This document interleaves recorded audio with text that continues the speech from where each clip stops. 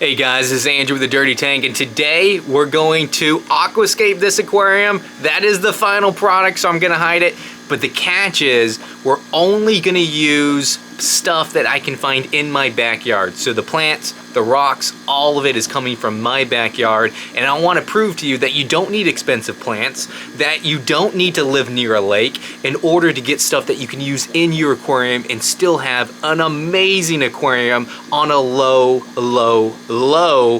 free budget. Obviously I had to pay for some things like the tank and the equipment, but all the scaping stuff inside I got from my backyard. So let's dive into it. All right guys, we're going to the backyard here, and I know I'm gonna wanna get some of this Creepin' Jenny. I've used this in my tanks in the past, and it works so well underwater, growing out of water, on land. It's like indestructible, grows quickly, and looks pretty darn good if you ask me. The other plant I plan on getting is this plant right here. A lot of people don't realize, but you buy Brazilian pennywort online and it's pretty pricey.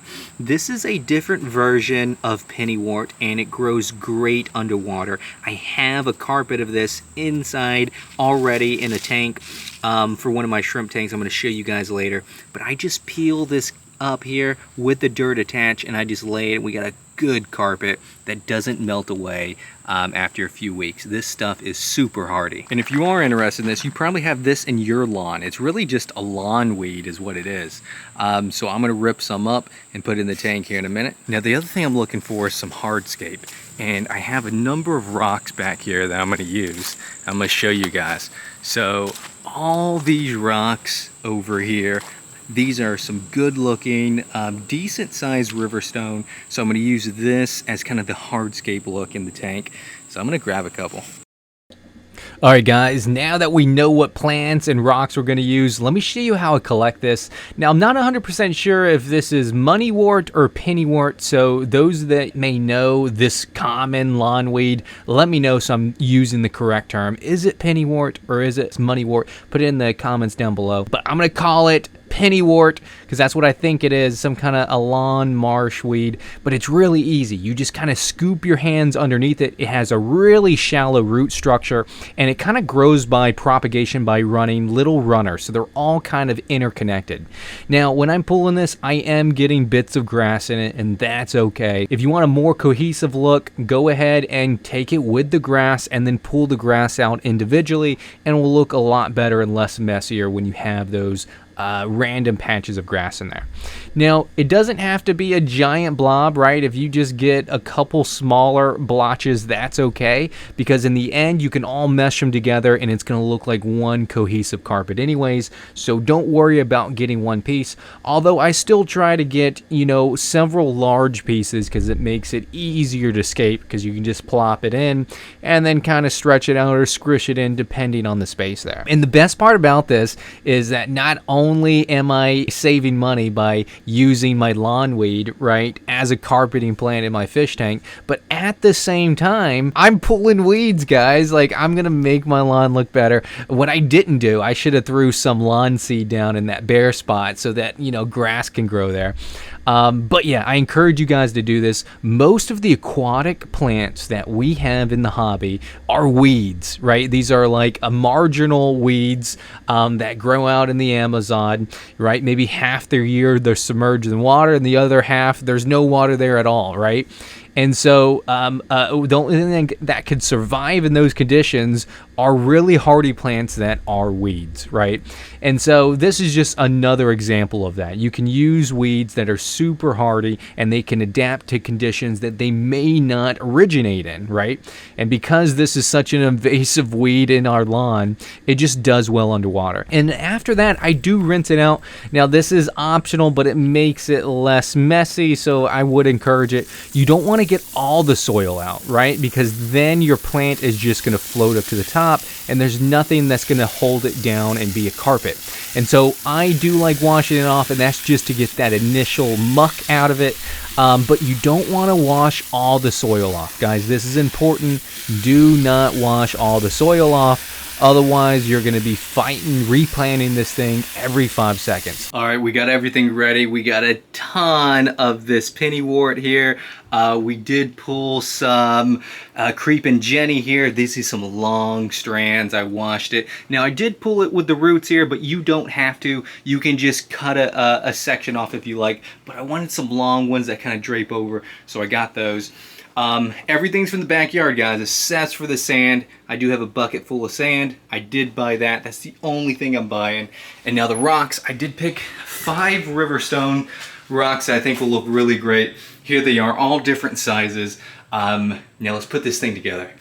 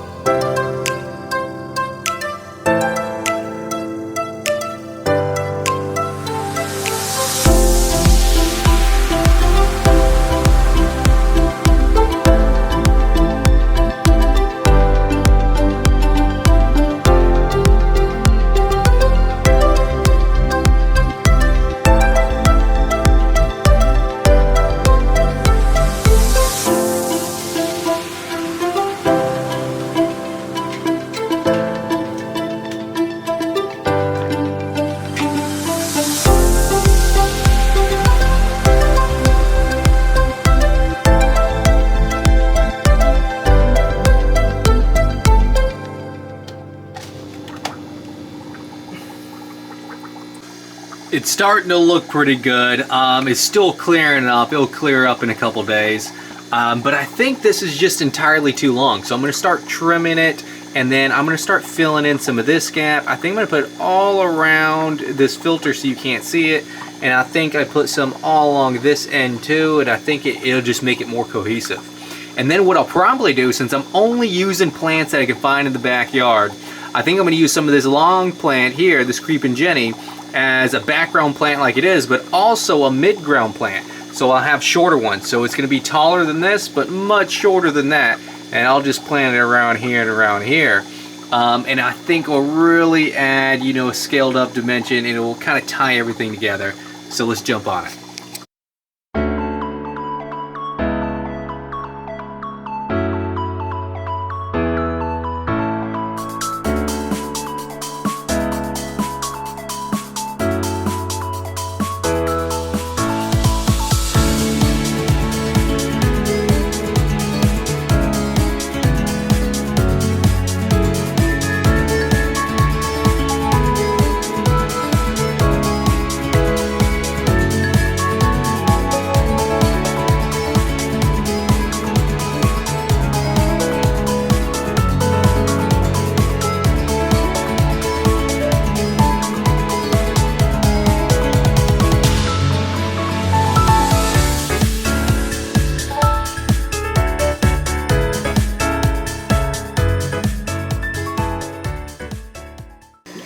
Alright guys, this is 2 months later. The tank is looking absolutely amazing. You can see all the pennywort down here still looking good, still growing.